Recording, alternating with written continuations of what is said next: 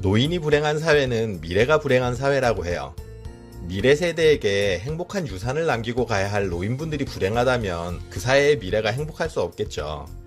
그런데 며칠 전인 6월 26일 통계청이 발표한 자료에 의하면 우리나라 66세 이상 고령자의 상대적 빈곤율이 43.2%로 OECD 기준 여전히 1위인 것으로 나타났어요. 미국 23%, 일본 20%, 독일은 11%로 OECD 국가 중 40%가 넘는 국가는 우리나라가 유일했는데요. 수치상으로 드러나듯이 우리나라의 노인 빈곤은 정말 심각한 문제예요. 우리 모두는 노인이 되잖아요. 그래서 여러분들과 이 문제에 관해서 얘기를 나눠보려고 해요. 나의 문제일 수도 있으니 끝까지 집중해주세요. 안녕하세요. 알아두면 삶이 힘이 되는 채널 매일 3분입니다. 우리나라는 2025년에 65세 이상 인구가 20.6%로 초고령 사회로 진입할 것으로 예상되는데요. 초고령 사회는 65세 이상 인구가 20% 이상일 경우를 말해요. 고령 사회에서 초고령 사회로 진입하는데 유럽의 경우 약 30에서 50년이 걸렸고요. 미국은 15년, 고령화가 너무 빨리 진행돼서 난리라는 일본도 10년이 걸렸어요. 그런데 우리나라는 7년밖에 걸리지 않는 거죠. 우리나라가 전 세계적으로 가장 빨리 늙어가고 있다는 얘기예요. 이대로 가면 2050년경에는 우리나라가 전 세계에서 가장 노인 비율이 높은 나라가 돼요. 이렇게 빨리 늙어가고 있다는 것도 문제지만 더욱 큰 문제는 역시 가난하게 늙어간다는 거겠죠. 앞에서 설명드린 것처럼 우리나라는 압도적인 노인 빈곤율 1위인데요. 표를 다시 봐주세요. OECD 주요국 은퇴 연령층 상대적 빈곤율이라고 되어 있는데요. 여기서 OECD에 주목해주세요. OECD는 38개 회원국으로 구성되어 있는데요. 이들 회원국은 주로 미국, 유럽, 일본과 같은 고소득 국가 위주예요. OECD 국가 중 아시아는 한국, 일본, 호주 세 나라가 해당이 되는데요. 일반적으로 우리가 호주를 아시아로 잘 생각하지 않잖아요. 이런 걸 감안하면 우리나라와 일본 두 나라밖에 아시아에서 해당이 되지 않아요. 그 많은 동남아 국가들은 하나도 포함되지 못했고요. 그리고 남미에서도 두 나라만 가입했고 아프리카 국가들은 단 한 국가도 OECD에 포함이 되지 않았어요. 그러니까 우리나라 노인들이 세계에서 제일 가난한 게 아니라 잘 사는 나라들 중에서 빈곤율이 가장 높다는 얘기예요. 예를 들면 서울대 들어간 학생들 중에서도 가장 공부를 잘하는 1등이 있고 또 거기서도 꼴등이 있을 거예요. 꼴등도 따지고 보면 고등학교 때는 반에서 1, 2등 했었는데 막상 서울대에 가고 보니 꼴등인 거잖아요. 지금 우리가 딱 그런 상태라는 거예요. 정말 열심히 공부해서 서울대에 딱 붙었는데 막상 거기서 성적표를 받아봤더니 꼴찌라는 거죠. 꼴찌했다고 우리가 그 학생을 공부 못한다고 하진 않잖아요. 서울대생이니까요.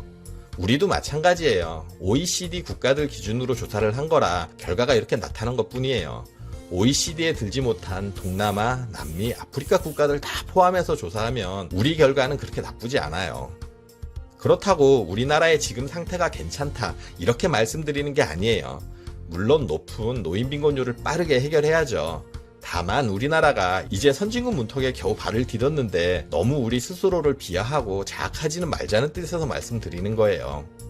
그리고 그래프에서 상대적 빈곤율이라는 말에 주목할 필요가 있어요.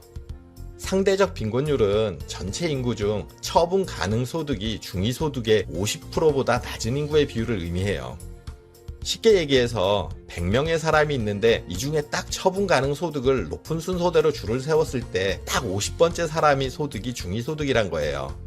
만약 이 50번째 사람의 처분 가능 소득이 100만 원이라면 이 사람의 소득의 절반인 50만 원이 안 되는 사람이 상대적으로 빈곤한 사람이 되는 거예요.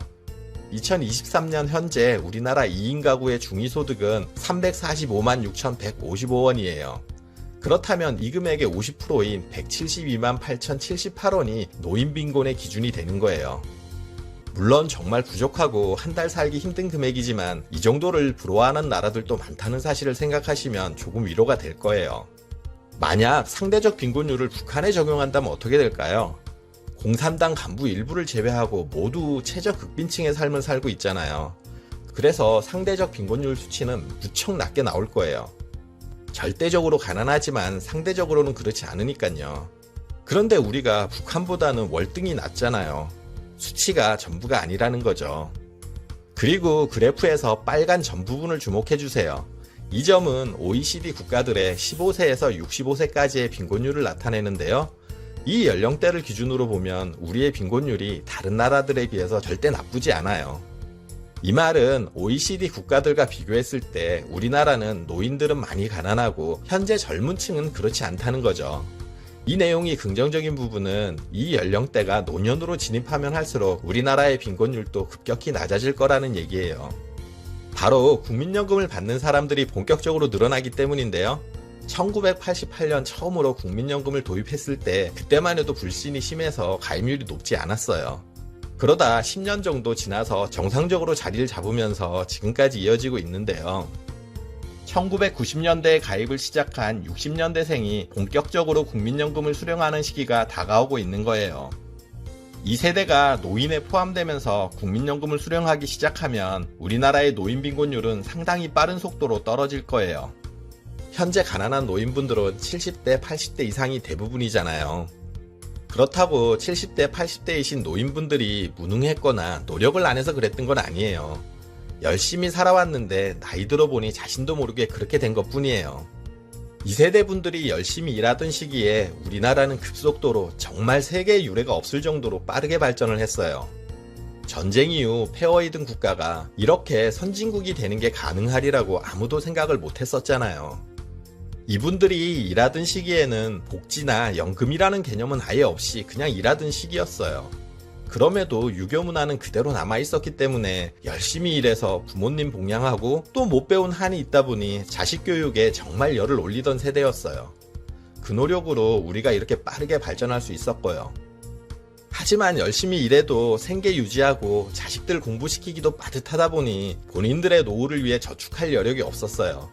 이때까지 우리나라는 자식들 키우는 게 노후 준비였으니까요. 그렇게 힘들게 살면서 자식들은 다들 대학 보내고 잘 키워놨는데 이제는 자식들이 부모를 모시지 않는 시대가 되어버린 거예요. 이런 우리 부모님 세대가 가난하고 노인 빈곤율이 높은 건 어쩌면 너무나 당연한 결과예요. 고생스럽게 자식들 잘 키워놨더니 자식들은 지들이 잘나서 먹고 살만하게 된 줄 알고 노후 준비 못한 부모님을 부담스러워하고 심지어 부모 신경도 안 쓰는 자식들도 많잖아요. 부모님들 잘못만은 아닌 거예요. 만약 우리나라가 지금처럼 발전하지 못하고 여전히 가난해서 OECD 국가에 들지 못했다면 어땠을까요? 우리는 여전히 동남아나 아프리카의 가난한 국가들처럼 살아가고 있었을 거예요. 빈곤율이 높니 남니 이런 거 신경 쓰지 않았겠죠. 당장 하루 벌어 하루 먹고 살기도 바쁜데 언제 그런 거 따지고 있어요. 그런데 이런 분들의 고생으로 정말 기적적으로 OECD 국가에 들었잖아요. 이제 와서 이 세대를 가난하고 쓸모없는 노인 취급을 하고 있는 건 아닌가 하는 생각이 들어요. 나라와 사회가 먼저 돌이켜봐야 할 문제인 거죠. 아무런 복지제도가 없던 시절에 열심히 사셔서 우리나라 발전에 이바지하셨으니 그 수고를 나라에서 일정 부분 보상해 주는 것이 맞아요. 그 일환으로 현재 기초연금이 실시되고 있는 거고요. 아직 금액이 많이 부족하지만 그래도 시행이 시작됐고 금액도 조금씩 높아지고 있으니 다행인 거죠. 그리고 앞으로 노인이 되는 60대 이후 세대들은 국민연금도 수령하고 퇴직연금도 있고 어느 정도 노년이 안정적인 첫 번째 세대라 시간이 지날수록 점점 빈곤율 지표는 개선이 될 거예요. 하지만 우리는 여전히 엄청나게 큰 문제를 안고 있죠. 노인은 늘어나고 젊은 축은 갈수록 줄어드니 뭐잖아 국민연금도 고갈이 될 거다 이런 뉴스가 심심찮게 나오잖아요. 정말 걱정이 되는 건 사실이에요. 하지만 개인적으로는 잘 극복할 거라고 믿어요. 쉽진 않겠지만 결국은 적정선의 개선안이 마련되고 또 거기에 적응해 나갈 거예요. 폐허에서 선진국을 이룬 나라가 우리나라잖아요. 나라 망할 거라고 언론들이 외치지만 이 정도 문제로 망할 나라가 아니에요. 무엇보다 중요한 해결법은 역시 노후에도 일을 하는 거예요. 실제 은퇴 세대들도 긴 노후를 놀면서 보내기보다 일하기를 희망하는 비율이 70% 이상으로 나타났거든요. 그러니 노후에도 꾸준히 할 수 있는 일을 찾아 배우고 공부하는 자세를 갖는 것이 무엇보다 중요해요. 나라에서 노인 일자리 사업을 현재도 진행하고 있지만 대부분 월 27만원 미만의 공공근로 성격이 대부분이잖아요. 고령층들에겐 이런 일자리도 물론 필요하지만 은퇴 세대들을 위해서 임금을 좀 줄여서 받더라도 현역에서 좀 더 지속적으로 일할 수 있는 환경을 만드는 것도 필요해요. 지금까지 우리의 노인 빈곤에 관해서 말씀드렸는데요. 언론들과 많은 전문가들은 큰일이라고 나라가 망할 것처럼 부정적인 내용들로만 매일 지면과 모니터를 가득 채우고 있어요. 하지만 조금 관점을 전환해서 긍정적으로 보자는 취지에서 말씀드렸어요. 다들 너무 급속도로 늙어가고 있다고 걱정을 하지만 우리나라나 다른 나라나 1년에 한 살씩 늙어가는 건 마찬가지잖아요.